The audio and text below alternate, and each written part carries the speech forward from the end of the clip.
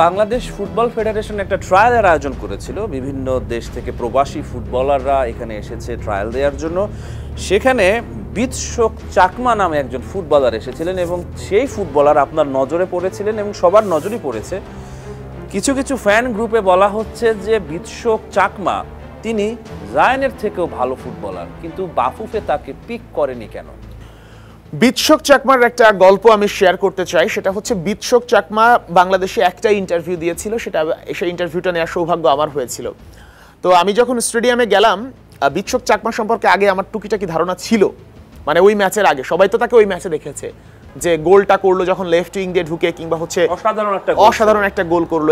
বিৎশোক চাকমার যে গোলটা, এই গোলটা এত অসাধারণ ছিল এবং এরপরে আরও কিছু দুর্দান্ত কিছু কাট মাইনাস ড্রিবলিং ছিল।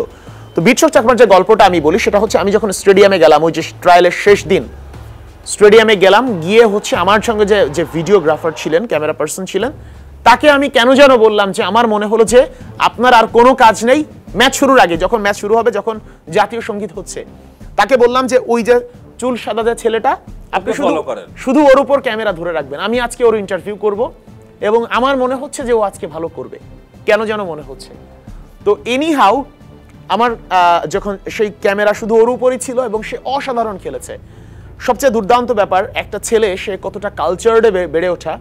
বিৎশোক চাকমার জন্ম রাঙামাটিতে কিন্তু, এবং রাঙামাটিতে তার বাবা হচ্ছে রবিধন চাকমা, বাবা হচ্ছেন ইঞ্জিনিয়ার। বিৎশোক চাকমার বাবা একজন ইঞ্জিনিয়ার, আমেরিকাতে থাকেন। এরপর রাঙামাটিতে জন্মের পর পরিবার সহ আমেরিকায় চলে যায়, সেখানেই তার ফুটবলের দীক্ষাটা হয়েছে।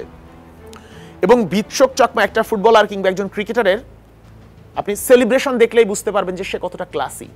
তো বিৎশোক চাকমা গোলের পরে যে সেলিব্রেশনটাই করছিল, গোল আমি নিয়ে কথা বলার দরকার নেই, গোলটা কত অসাধারণ সেটা সবাই দেখেছিল।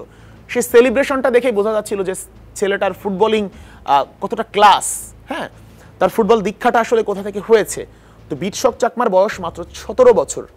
আপনি বাংলাদেশ ফুটবল ফেডারেশন থেকে কি করা হলো, তাকে ফুটসালের জন্য অফার করা হলো যে তুমি ফুটসালে খেলো, যে কাজটা একই সঙ্গে করা হয়েছিল ইমান আলমের সঙ্গে। তো ইমান আলম, তার তো ফুটসাল খেলার ইচ্ছা নেই, আছে কি? একই যে অফারটা, সেটা ইমান আলমকেও ফুটসালে খেলার কথা বলা হয়েছিল। ইমান আলমের খেলা দেখলে আপনার কাছে মনে হবে যে মোটামুটি না, ফুটসাল কোয়ালিটির প্লেয়ার, অনেক বেশি ড্রিবলিং করে, অনেক বেশি কাট করে, অনেক বেশি বল নিজের নিয়ন্ত্রণে রাখার চেষ্টা করে, যেগুলো ফুটসালে দেখা যায়। এবং সেই ইমান আলম ইংল্যান্ডের অনূর্ধ্ব-20 ফুটসালের সুযোগ পেয়েছে। বিৎশোক চাকমা ফুটসালের আমার কাছে মনে, যতদিন ধরে আমি ফুটবল দেখি কিংবা ফুটবল বোঝার চেষ্টা করি, আমার কাছে মনে হয়নি সে আসলে ফুটসাল কোয়ালিটির প্লেয়ার। সে অবশ্যই ফুটবলের প্লেয়ার এবং সে দুই পায়ে খুবই ভালো। যারা রয়েছে ধরেন যে 17 ইয়ার 17 বছর বয়সী প্লেয়ার রয়েছে এবং বিৎশোক চাকমা, এদের মাঝে যদি তুলনা করতে বলা হয়, আপনি কাকে এগিয়ে রাখবেন? বাংলাদেশের লোকাল যারা এখানে খেলছে তাদেরকে নাকি বিৎশোক চাকমা? আমি তার আগে আপনাকে একটা প্রশ্ন করতে চাই, আপনি কোন ধরনের 17 আসলে বলছেন? যারা অরিজিনালি 17 নাকি সার্টিফিকেটে 17? আমি একটু বলতে চাই, এর পেছনে কারণ আছে। আপনি কাদের কথা বলছেন? কারণ বিৎশোক চাকমার কিন্তু সেই বয়স চুরি করার সুযোগ নেই, কারণ সে যেখানে আছেন সেখানে বয়স চুরি করার আসলে সুযোগ নেই। অনেকবারই হয়েছে এবং আপনিও এটা নিয়ে রিপোর্ট করেছেন। হ্যাঁ, তো যাই হোক, তো যদি সত্যি সত্যি তার বয়সী কেউ হয়, আমি মানে বিৎশোক চাকমার এইজের ফুটবলার আমি বাংলাদেশে দেখিনি। তবে আমি আরেকজন ফুটবলারের কথা বলতে চাই, বাংলাদেশে আছে, তাকে ছোট করার একদমই সুযোগ নাই, সেটা হচ্ছে আমাদের মুর্শেদ ফোর্টিজ এফসিতে খেলে থাকে এবং তাকে ফ্যানরা ডাকে হচ্ছে বাংলাদেশের ইয়ামাল, এবং তার খেলার ধরন অনেকটা ইয়ামালের মতো। তো মুর্শেদ যেমন কোয়ালিটির, আমাদের বিৎশোক চাকমা ওই কোয়ালিটির ফুটবলার। হ্যাঁ, অনেক বেশি ক্রিয়েটিভ, অনেক বেশি স্পিডি, অনেক বেশি আত্মবিশ্বাসী। বিৎশোক চাকমাকে আমি যদি মানে বাংলাদেশ ফুটবল ফেডারেশনের কেউ হতাম, আমি বিৎশোক চাকমাকে নার্চারিং করে এইচ লেভেল টিমে, এবং আমার টার্গেট থাকতো তাকে বাংলাদেশ জাতীয় দলে খেলা যখন তার বয়স হয়। তো বিৎশোক চাকমা এত অসাধারণ প্লেয়ার, এরপরে আর বিৎশোক চাকমার সঙ্গে হয়তো বা কোনো যোগাযোগই করা হয়নি। এবং তার বাবা জানিয়েছেন যে মানে এই ক্যাম্পটা শেষ হওয়ার পরে তিনি অনেকদিন ছিলেন, বাংলাদেশে ছিলেন, তার আশা ছিল যে তাকে বাংলাদেশে ডাকা হবে কোনো একটা পর্যায়ের ফুটবলে, কিন্তু সেটা হয়নি। মানে আপনি ধরেন একটা পরীক্ষা দিয়েছেন, হ্যাঁ, যেটা হতে পারে চাকরির পরীক্ষা কিংবা বিশ্ববিদ্যালয় চাকরির পরীক্ষায় ধরলাম, চাকরির পরীক্ষায় আপনি টিকবেন কিনা আপনি জানেন না, কিন্তু পরীক্ষা কেমন দিয়েছেন সেখানে কিন্তু আপনার আত্মবিশ্বাস জন্ম হচ্ছে না, আমি থাকতে পারি। বিৎশোক চাকমার ব্যাপারটা ছিল তাই। আপনি যদি ওখানে দুই একজন পারফর্মারের কথা বলেন, তার মধ্যে বিৎশোক চাকমা থেকে যায়, কিন্তু সেই বিৎশোক চাকমাকে মানে রাঙামাটিতে থেকে গিয়েছিল, বেশ কিছুদিন ছিল বিৎশোক, কিন্তু তাকে ফুটসালের কথা বলা হলো কি হয়েছে কিনা, এবং সে ফুটসালে আসলে খেলতে আগ্রহী না।